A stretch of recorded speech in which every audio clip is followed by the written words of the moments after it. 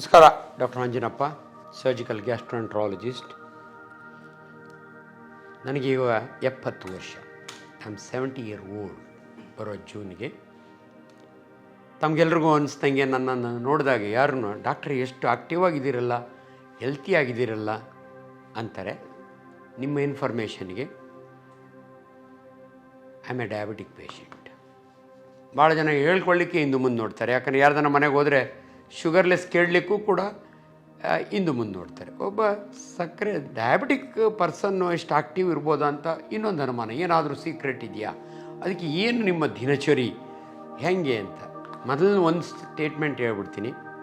ತುಂಬ ಜನ ನನ್ನ ಹತ್ರ ತುಂಬ ವೀಕ್ನೆಸ್ಸು ಡಾಕ್ಟ್ರೆ, ಸುಸ್ತು ಜಾಸ್ತಿ ಡಾಕ್ಟ್ರೆ ಅಂತ ಗ್ಲೂಕೋಸ್ ಹಾಕ್ಸ್ಕೊಳಕ್ಕೆ ಬರ್ತಾರೆ. ಅವ್ರಿಗೊಂದು ಮಾತು ಹೇಳ್ತೀನಿ ನಾನು. ಯಾವುದೇ ಒಬ್ಬ ಮನುಷ್ಯನ ಸ್ಟ್ರೆಂತು ಇರೋದು ಮೈಂಡ್ನಲ್ಲಿ. Your strength is in your mind, not in your body. ತುಂಬ ಜನ ಸುಸ್ತು ಅನ್ಕೋತಾರೆ. ನೀನು ಸುಸ್ತು ಅಂದ್ಕೊಂಡ್ರೆ ನೀನು ಸುಸ್ತು. ಸಿಂಪಲ್ಲಾಗಿ ಹೇಳಬೇಕು ಅಂದರೆ, ನಾನು ಫ್ರೆಂಡ್ಸ್ ಜೊತೆಯಲ್ಲಿ ಯುರೋಪಿಯನ್ ಟೂರೋ ಅಮೆರಿಕನ್ ಟೂರೋ ಮಾಡಿ ಬಂದಮೇಲೆ ನೆಕ್ಸ್ಟ್ ಡೇನೇ ಪೇಷಂಟ್ ನೋಡ್ತಾ ಇರ್ತೀನಿ. ಏನಪ್ಪ ನೀನು ಟೈರ್ಡ್ ಆಗಲಿಲ್ವಾ, ಜೆಟ್ಲಾಗಿಲ್ವಾ? ನಾನು ಅವಾಗ ಅವ್ರಿಗೆ ಒಂದೇ ಮಾತು ಹೇಳಿ, ಅಪ್ಪ 10ನೇ ಕ್ಲಾಸ್ವರೆಗೂ ದನ ಕಾಯ್ದಿದ್ದೀವಿ, ಗೋಡ್ ಮಣ್ಣು ಗಾಡಿ ಹೊಡೆದಾಗೆ ನಾನು ಸುಸ್ತಾಗಿಲ್ಲ ಅಂತದ್ರೊಳಗೆ ಏರೋಪ್ಲೇನಾಗಿ ಕೂತ್ಕೊಂಬಂದ್ರೆ ಯಾಕಪ್ಪ ಸುಸ್ತಾಗತ್ತೆ? So it is your mental feeling. ನಾನು ಚೆನ್ನಾಗಿದ್ದೀನಿ. If I am strong, you are strong. ನಾನು ಭಾಳ ಖುಷಿಯಿಂದ ಹೇಳ್ಕೊಳ್ಳೋದು ಅಂದರೆ, ಕಾಯಕವೇ ಕೈಲಾಸ ಅಂತ ಹೇಳಿದಂಥ ಬಸವಣ್ಣನವರ ಮಾತು. I enjoy my work. ದಯವಿಟ್ಟು ನೀವು ಏನೇ ಪ್ರೊಫೆಷನ್ ಆಗಿರಿ, ನೀವು ಏನೇ ಇರಲಿ, ಮೊದಲು ನಿಮ್ಮ ಜೀವನವನ್ನು ಎಂಜಾಯ್ ಮಾಡೋದು, ನಿಮ್ಮ ವರ್ಕ್ನ ಎಂಜಾಯ್ ಮಾಡೋದನ್ನು ಫಸ್ಟ್ ಕಲ್ತ್ಕೊಂಬಿಡಿ.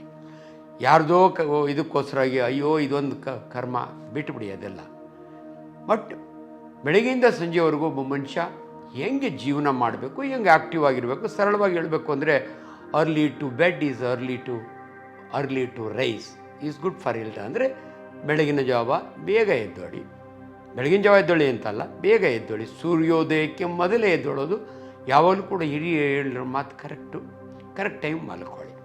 ಇದು ಮೊದಲನೇ ಪ್ರಿನ್ಸಿಪಲ್. ಎದ್ದ ಮೇಲೆ ಏನೆಲ್ಲ ಮಾಡಬೇಕು, ನ್ಯಾಚುರಲ್ ಇದೆಲ್ಲ ಅಟೆಂಡ್ ಮಾಡಿದ ಮೇಲೆ ಎಕ್ಸರ್ಸೈಸ್ ವೆರಿ ವೆರಿ ಇಂಪಾರ್ಟೆಂಟ್. ಅದರೊಳಗಾಗಿ ಪ್ರತಿಯೊಬ್ಬರೂ ಕೂಡ 70 ವರ್ಷದವರಾಗಲಿ 90 ವರ್ಷ, ನಿಮ್ಗೆ ಆದಷ್ಟು ವಾಕಿಂಗ್ ಮಾಡಿ.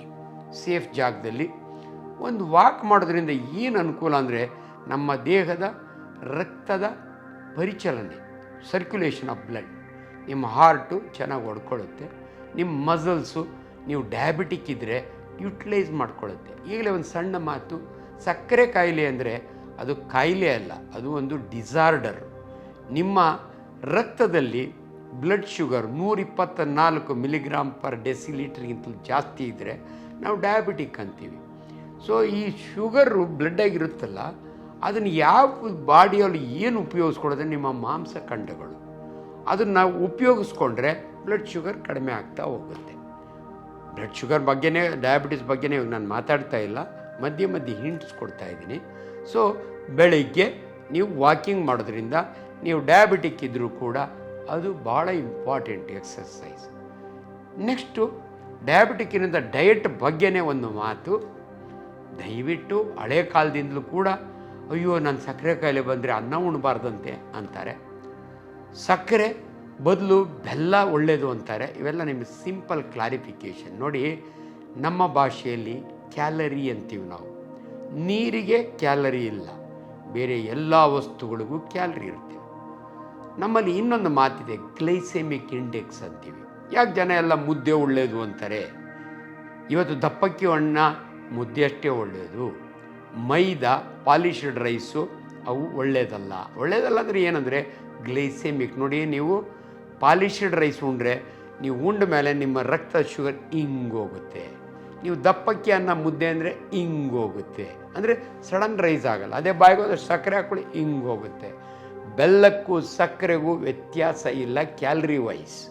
ಬೆಲ್ಲ ಒಂದು ಅಡ್ವಾಂಟೇಜ್ ಏನಂದರೆ ಅದರೊಳಗೆ ಐರನ್ ಇರುತ್ತೆ, ಸಮ್ಟೈಮ್ಸ್ ಕಾಪರು ಇರುತ್ತೆ, ಜಿಂಕು ಇವೆಲ್ಲ ಇರ್ತವೆ. ಅದೊಂದರಿಂದ ನಿಮಗೆ ಒಳ್ಳೇದು ಅನಿಸ್ಬೋದೇ ಹೊರತು, ಸಕ್ಕರೆ ಕಾಯಿಲೆಯವರಿಗೆ ಬೆಲ್ಲ ಅಥವಾ ಸಕ್ಕರೆ ಎರಡೂ ಕೂಡ ಸೇಮ್. ಅಂದರೆ ಅವಾಯ್ಡ್ ಆದಷ್ಟು ಸಕ್ಕರೆ ಕಾಯಿಲೆ, ಸಕ್ಕರೆ, ಬೆಲ್ಲ, ಜೇನುತುಪ್ಪನ ಅವಾಯ್ಡ್ ಮಾಡಿ ಅಂತ ಹೇಳ್ತೀವಿ. ಇಲ್ಲಿ ಆಚುಪಾಚು ಮಾತಾಡ್ತಾ ಇದ್ದೀನಿ, ಎಲ್ಲ ಕಂಪ್ಲೀಟ್ ಡೀಟೇಲ್ಸ್ ಕೊಡ್ತಾ ಇಲ್ಲ. ಸಕ್ಕರೆ ಕಾಯಿಲೆ ಇರೋರು ದಿನಕ್ಕೊಂದು ಹಣ್ಣು ತಿನ್ಬೋದು. ಅದರೊಳಗೆ ಚೇಪೆ ಹಣ್ಣು, ಸೀಬೆ ಹಣ್ಣು, ಹೂವು ಕ್ಯಾಲ್ರಿ ಕಡಿಮೆ ಇರುತ್ತೆ, ಫೈಬರ್ ಜಾಸ್ತಿ ಇರುತ್ತೆ. It's A wonderful fruit.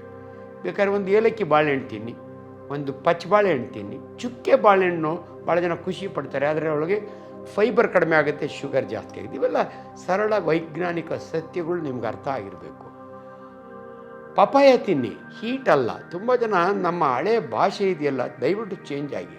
Papaya ತಿಂದರೆ ಹೀಟು, ಉಷ್ಣ, ಕೋಳಿ ತಿಂದರೆ ಹೀಟು, ಅವೆಲ್ಲ ಬಿಟ್ಬಿಡಿ. ನೀವು ನಾನ್ ವೆಜಿಟೇರಿಯನ್ ಆದರೆ ಕೋಳಿ ತಿನ್ಬೋದಾ? ಇಲ್ಲ ಡಾಕ್ಟ್ರೆ, ಅದರಲ್ಲಿ ಫೈಬರ್ ತಿನ್ನಿ, ಬೇಡ ಅನ್ನಲ್ಲ. ಕೋಳಿ ಏನು ಹೀಟ್ ಆಗಲ್ಲ.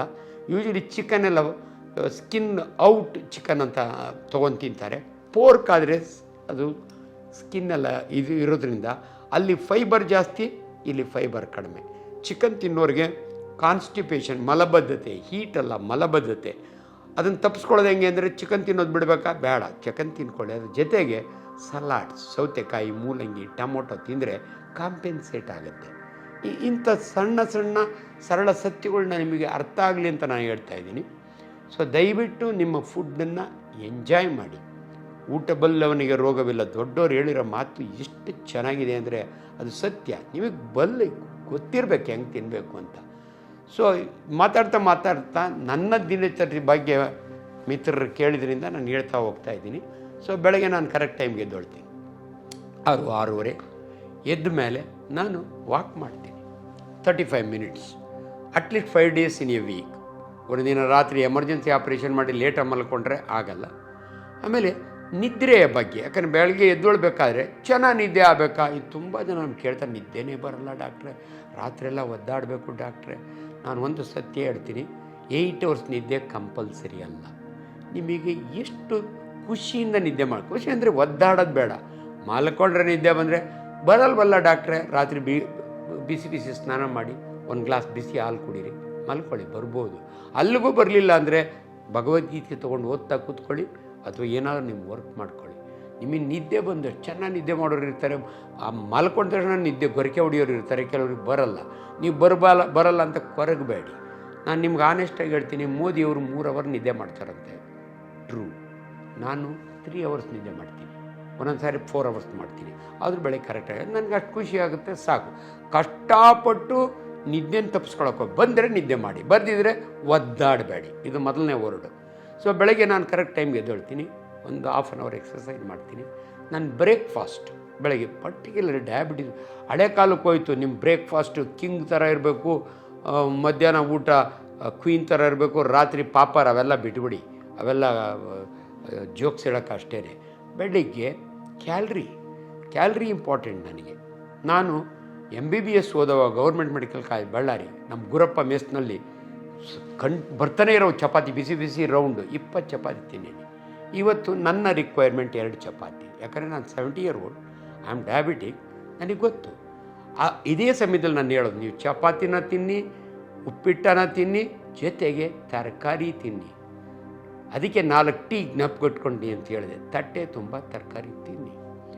ಹಾಗೆ ಎಲ್ಲೋ ಒಂದು ಕಡೆ ಇದು ನಮ್ಮ ಪರ್ಸನಲ್ ಹ್ಯಾಬಿಟ್ಸು, ಪರ್ಸನಲ್ ಇದು ಹೇಳೋವಾಗೆ ಫ್ಯಾಮಿಲಿನೂ ಕನ್ಸಿಡರ್ ಮಾಡಬೇಕು. ಯಾವಾಗಲೂ ಅಷ್ಟೇ, ನಿಮ್ಮ ಫ್ಯಾಮಿಲಿ ಹೆಂಗಿರಬೇಕು ಅಂದರೆ ನಿಮಗೆ ಸಪೋರ್ಟಿವ್ ಆಗಿರಬೇಕು. I am A very lucky fellow, I what A very lovely wife. ನನಗೇನು ಬೇಕೋ ಅದನ್ನು ಅವ್ರು ರೆಡಿ ಮಾಡಿಕೊಡ್ತಾರೆ. ಎಲ್ಲೂ ಒಂದು ಕಡೆ ಆತಂಕದ ಸಿಚುಯೇಷನ್ನು, ಜಗಳಗಳು ಅಂಥವಿರಬಾರ್ದು ಮನೆಗಳಲ್ಲಿ. Your tension is responsible. ಅದಕ್ಕೆ ನಾನು ಭಾಳ ಸರಿ ಭಾಷಣ ಮಾಡೋವಾಗ ಓಪನ್ ಆಗಿ ಹೇಳ್ತೀನಿ, I what A lovely wife. ಒಂದು ಸರಿ ಚಪ್ಪಾಳೆ ಹೊಡಿರಿ ಅಂತ ಚಪ್ಪಾಳೆ ಹೊಡಿಸ್ತೀನಿ. ಆಮೇಲೆ ಹೇಳ್ತೀನಿ ಹೆಣ್ಮಕ್ಳಿಗೆ, ಮನೆಗೆ ಹೋದ್ಮೇಲೆ ಆಂಜನಪ್ಪ ಡಾಕ್ಟ್ರ್ ಹೇಳಿದ್ದಾರೆ ಅಂತ ಅವ್ರ ಮುಂದೆ ನಿಂತ್ಕೊಂಡು ಒಂದು ಸರಿ ನಾನು ಲವ್ಲಿ ವೈಫ್ ಅನ್ರಿ ಅನ್ಸ್ಕೊಳ್ಳಿ, ಅನ್ನೋರ್ಗೂ ಬಿಡಬೇಡಿ. ಇದು ಮೆಡಿಸಿನ್ನು, ನಾನು ಸುಮ್ಮನೆ ತಮಾಷೆಗೆ ಹೇಳಲ್ಲ. Even the family is happy, all your problems will be under control. So I am like in that way. So ಬರ್ತೀನಿ.